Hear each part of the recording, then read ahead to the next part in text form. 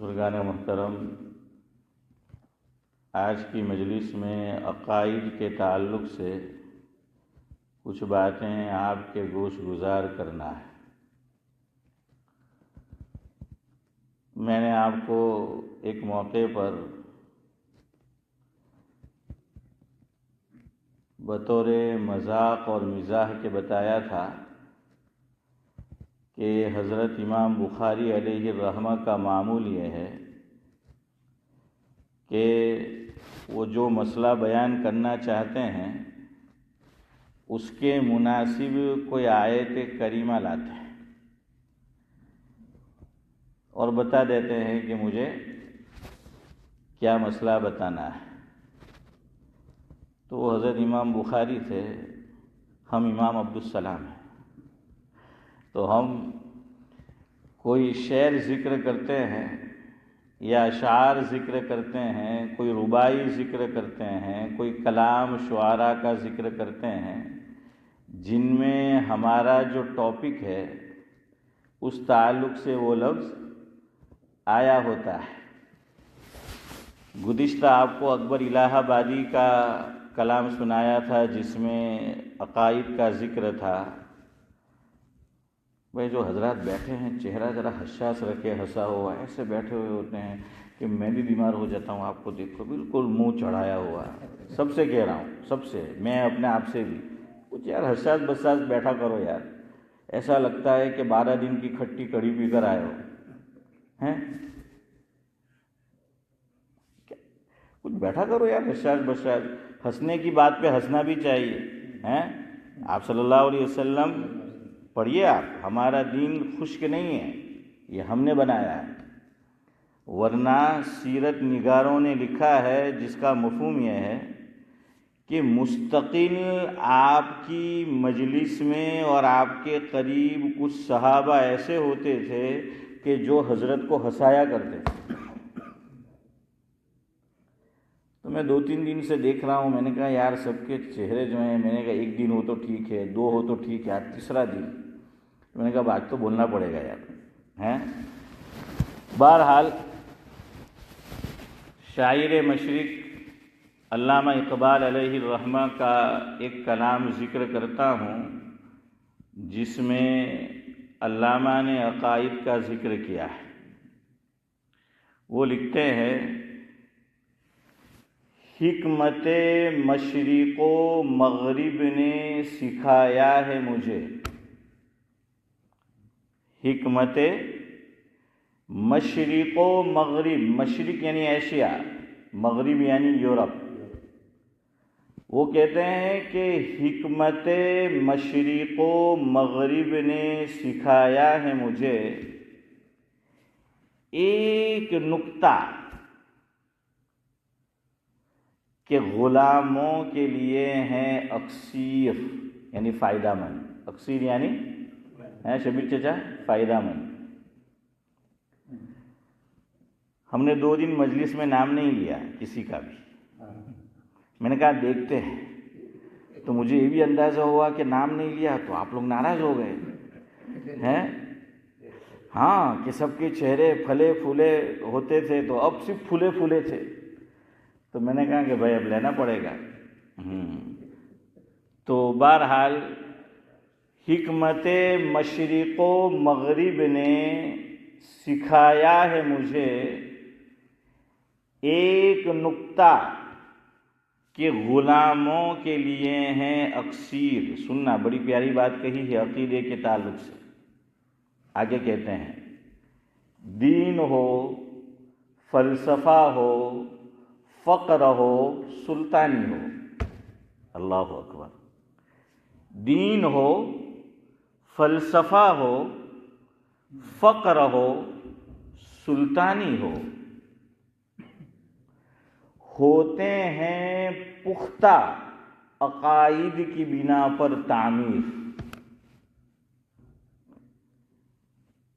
میں سمجھاؤں گا ذرا آسان انداز میں، لیکن اقبال کا انداز اور اقبال کے الفاظ پہلے آپ سمجھ لیں۔ وہ کہتے ہیں کہ حکمت مشرق و مغرب نے سکھایا ہے مجھے ایک نکتہ کہ غلاموں کے لیے ہیں اکثیر، دین ہو، فلسفہ ہو، فقر ہو، سلطانی ہو، ہوتے ہیں پختہ، پختہ یعنی ٹھوس، مضبوط، ہوتے ہیں پختہ عقائد کی بنا پر تعمیر۔ اقبال یہ کہتے ہیں کہ چاہے دین ہو، چاہے فلسفہ ہو، سائنس ہو، چاہے فقر ہو، فقیری ہو، چاہے بادشاہت ہو، سلطانی ہو، شاہی ہو، جب تک ایمان اور عقائد پختہ نہیں ہوتے اس کا اثر نہیں ہوتا۔ جب تک ایمان اور عقائد یہ پختہ نہ ہو، پکے نہ ہو، تو وہ اثر انداز نہیں ہوتے۔ ان میں حسن، ان میں تازگی، ان میں ترقی، ان میں کشش اسی وقت پیدا ہو سکتی ہے جب کہ ایمان اور عقائد، صدیق بھائی کیا ہو، آپ کے نام کی طرح اس میں صداقت ہو، ہاں پختہ ہو، الیاس بھائی پختہ ہو، مضبوط ہو، ٹھوس ہو۔ آگے وہ کہتے ہیں کہ اگر ایسا نہیں ہے تو کیا ہوتا ہے، کہ اگر ایسا نہیں ہوا، اب نتیجہ بتا رہے ہیں کہ اگر ہوا تو اس کا اثر ہوتا ہے اور نہیں ہوا تو کیا ہوتا ہے۔ شاید آج ہمارے اندر اسی کی کمی ہے، اور اقبال نے جس طرف اشارہ کیا یہی ہم میں موجود ہو، اللہ کرے کہ ایسا نہ ہو۔ اقبال کہتے ہیں حرف اس قوم کا بے سوز، ہاں ہمارا بولنا ہے، لکھنا، بات چیت کرنا، گفتگو کرنا، تقریر کرنا، بیان کرنا، واعظ کرنا، حرف اس قوم کا بے سوز، عمل زار و زبوں، حرف اس قوم کا بے سوز، عمل زار و زبوں، ہو گیا پختہ عقائد سے تہی جس کا ضمیر، ہو گیا پختہ عقائد سے تہی۔ تہی جانتے ہو، دیکھیے ذرا سا فرق ہو جائے گا لفظ میں معنی بدل جائے گا۔ ہم جب کسی کا شکریہ ادا کرتے ہیں ہاشم بھائی تو کیا بولتے ہیں، جو باتیں بولتے ہیں اشفاق بھائی، ان میں ایک چیز شبیر چچا یہ کہی جاتی ہے کہ ہم تہے دل سے آپ کے شکر گزار ہے، تہے دل سے آپ کا شکریہ ادا کرتے ہیں، تہے دل سے۔ سعد اللہ صاحب کیا کہا، تہے دل، تہے تہے، ہاں تہے کا کیا معنی، دل کی گہرائی سے، بالکل اندر سے گہرائی، یعنی فاروق بھائی بالکل حسن بھائی دل کے اندر سے، ہاں bottom of the heart. Shabbir چاچا نے انگلش એટલે બહુ ભારે ہیں، آکسفورڈ والا بھی نہ ہم بے چودھری صاحب کام نہیں آوے، ہاں ہمارا شبیر چاچا انگلش بہت بھارے، تو باٹم آف دا ہارٹ اسماعیل بھائی، تو کیا ہے کہ دل کی، بعض لوگ جو اردو اچھی جانتے ہیں حافظ امتیاز، تو وہ ایک لفظ اور بڑھاتے ہیں حافظ یوسف صاحب، دل کی اتھاہ گہرائیوں، کیا کہتے ہیں، دل کی اتھاہ گہرائیوں سے، بالکل ہاں نیچے سے، کہ شکریہ ادا کرتے ہیں۔ تو تہے دل سے، تو کبھی بولنا بھی ہو نا تو ہاں اردو سیکھنے کا، خاص کر صدیق بھائی اپنا گجراتی لوگ ہے، نہیں تو حسن بھائی خبر نہیں ہوں کر لاگے ہے شبیر چاچا، ہاں آپ نے گجراتی بولتا آوڑے نہیں آوڑے تو ہوں کر لاگے خبر نہیں۔ ایک صاحب بیمار تھے تو ہمارے حضرت مولانا احمد اللہ صاحب نادری رحمۃ اللہ علیہ سناتے تھے، ہنسی کی بات ہے اور بات صحیح بھی ہے، ہم گجراتی لوگ ایسا ہی کرتے ہیں۔ بعض لوگ اشفاق بھائی گجراتی جب اردو بولتے ہیں تو آپ دل ایم کے کہ اللہ نہ واسطے چپ تھے،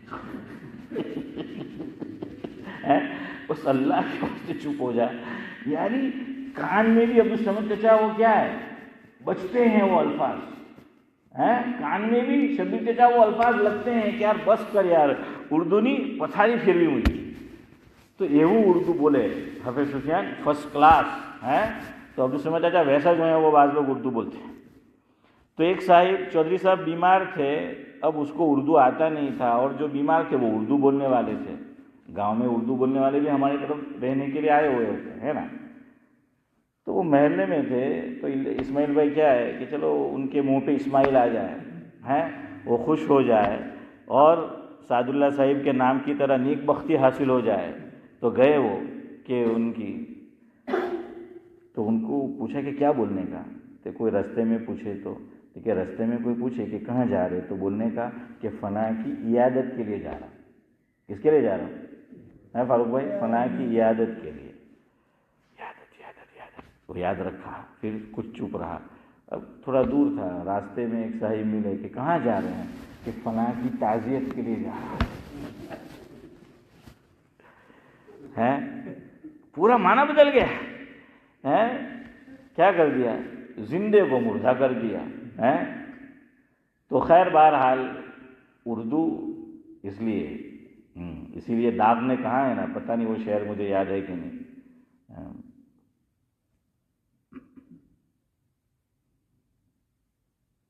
اردو ہے جس کا نام ہم ہی جانتے ہیں داغ. اردو ہے جس کا نام ہم ہی جانتے ہیں داغ، ہماری زباں کی دھوم سارے جہاں میں ہے. تو اردو بہرحال تو تہے دل سے، یعنی دل کی گہرائیوں سے اس کو ذرا سا ٹویسٹ کر دو، ادھر ادھر کر دو. تہی کا معنی ہو جاتا ہے خالی، ایمٹی. تو کبھی یوں مت بولنا کسی مہمان سے کہ تہی دل سے شکر ادا کریں. تہی دل سے یوں مت کہنا. تو اقبال کہتے ہیں کہ اگر عقائد ایمان سے دل خالی ہے تو پھر اس قوم کی گفتگو کا کوئی اثر ہوتا ہے، بات چیت کا کوئی اثر ہوتا ہے، تقریر کا کوئی اثر ہوتا ہے، وعظ کا کوئی اثر ہوتا ہے؟ نہیں، کچھ بھی نہیں ہوتا اثر. اور اقبال تو آگے کی بات کہتے ہیں، عمل بھی اگر کرتے ہیں نا اس کا بھی کوئی نتیجہ نہیں نکلتا. اگر ایمان اور عقائد پختہ نہیں ہیں تو نہ ہماری گفتگو سامنے والے پر اثر انداز ہوتی ہے اور نہ ہمارا عمل سامنے والے پر کیا ہے، اثر انداز ہوتا ہے. یاد رکھنا، یہ ہے عقیدے، یہ ہے عقائد. اس لیے عقیدے کی زمین پختہ کرو.